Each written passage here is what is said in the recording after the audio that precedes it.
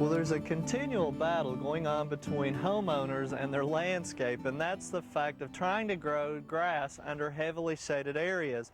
And we have that problem here on the north side of some of our magnolias in this particular bed, where the Bermuda grass is actually thinning out because it's too shaded. Now, obviously, one option would be to put fescue under here, but really that's a management problem because you need to mow the fescue at a higher mowing height than the Bermuda, so it really doesn't look that attractive trying to manage them that way, and it sure doesn't look good when you scalp the fescue to the height of the Bermuda. So instead we're just going to put in and expand our bed a little bit with a little bit more mulch over here in front of the trees where the grass was thinning out, and then behind me this is going to become our hummingbird garden. We've already put in some nice sandy loam soil, some organic matter like cow manure, those types of things to make it drain better, richer soil. And so the next thing obviously is to try to keep the Bermuda grass that's out here in the sunlight from creeping in, and there's all kinds of ways to do that with edging materials. This particular one is called Borderline Bricks. This one is Deco Edge. It's actually manufactured out of Oklahoma in Broken Arrow. And here's one that looks like board that's also recycled plastic, which all of them are. And there's a lot of nice advantages with them. You can stake them in the ground, and this particular one snaps together so you can get nice curves and shapes with your beds. This one's flexible enough to do the same, but a little bit more height on it. And various accessories like the mower flange to help in edging, but you're still going to have some Bermuda creeping under there, which is always a continual problem for us. So not a lot of nice things to help out to accent the planting bed. Now, as far as planting our hummingbird flowers, it's still a little marginal on the time that we want to do that. So we're just hardening ours off with a transition period, trying to let them get adjusted to the wind and the sunlight out of the greenhouse. So we put them under partial shade, and we'll be planting them here in the next few days. Now remember, hummingbirds like flowers with long flower necks where they can stick their beak in there, and they like bright red colors or harsh pinks or kind of fuchsia colors, any of that range.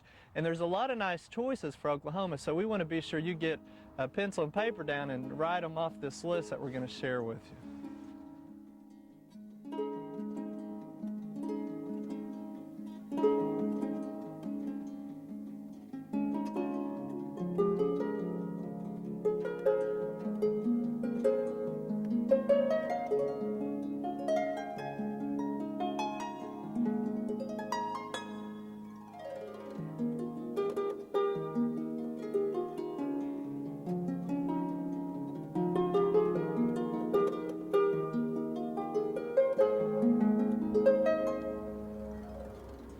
In addition to putting in the appropriate plants for hummingbirds, experts also suggest to put in some supplemental feeders with hummingbird feeders. Now generally there's a common rule to put in the hummingbird feeders in the garden around tax time, or April 15th. Well, again, the experts tell us really we should be putting those in about the 1st of April because that's when the hummingbirds start migrating into the state. Now for your hummingbird feeders, you can purchase instant nectar like this that's carried at a lot of the stores that carry bird feeding and nesting supplies, or you can mix up your own by mixing 1 part white granulated sugar to 4 parts water. And depending on the directions that you read, some of them say to mix the sugar into boiling water, others say mix it in with the water and bring it to boil. But either way, you need to make sure you boil it 2 to 8 minutes, and that of course could be done in the microwave as well. And you never want to use food coloring, even though the birds like the red color. The feeders will usually have the red to attract them. And never substitute honey or other sugar substitutes because those can actually be harmful to the hummingbirds. The way that I do it is I mix 1/4 of the sugar in with 1 cup of water, and that way I get my 1:4 ratio, and then I just mix up enough depending on the size of feeder, and if you have any excess, it's okay to store it in the refrigerator just for a few days. Now, hummingbirds have high metabolism, and that's why you want to put in the supplemental feeders. They can beat their wings anywhere from 70 to 200 times a second. And so you can tell they need a lot of sugar and energy.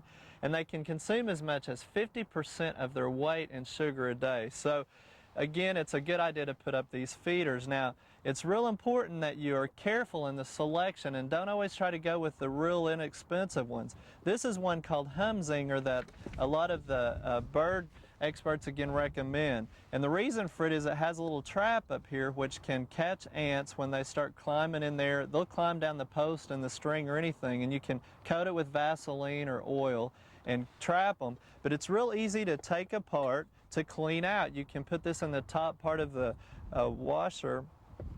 dishwasher and clean it out that way. You can also get inexpensive ones like this that you can fill up, put the top on, clean them out with a brush, real easy to do. But check again, because one like this would be easy to fill. It's a plastic, but boy, it would really be tough to clean in there because there's no way to get a brush in there, and this is where the birds feed out of. And the reason it's so important to clean is because a fungus or a mold can start growing in these, especially with sunlight, and that can be harmful to the hummingbirds again.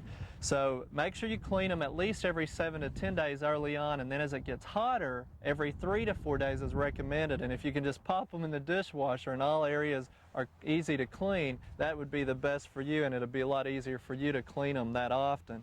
Now, when putting up the hummingbird feeders, it's suggested that you put them every 6 to 15 feet apart because the hummingbirds are very territorial, and so you need to make sure you allow enough space between feeders.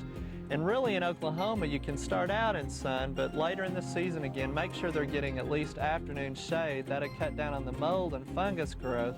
And we've got one over here by our magnolias that's going to get afternoon shade. Now, to attract them again, remember the feeders have red color on it usually that attract, and you can also put in some red yarn and tie that to the trees or feeders and kind of get them attracted at first too. Now, if you'd like more information on hummingbirds, you can request an Oklahoma hummingbird brochure from the Non-Game Wildlife Program. Just send a stamped self-addressed envelope to the Non-Game Wildlife Program, 1801 North Lincoln, Oklahoma City, Oklahoma, 73105.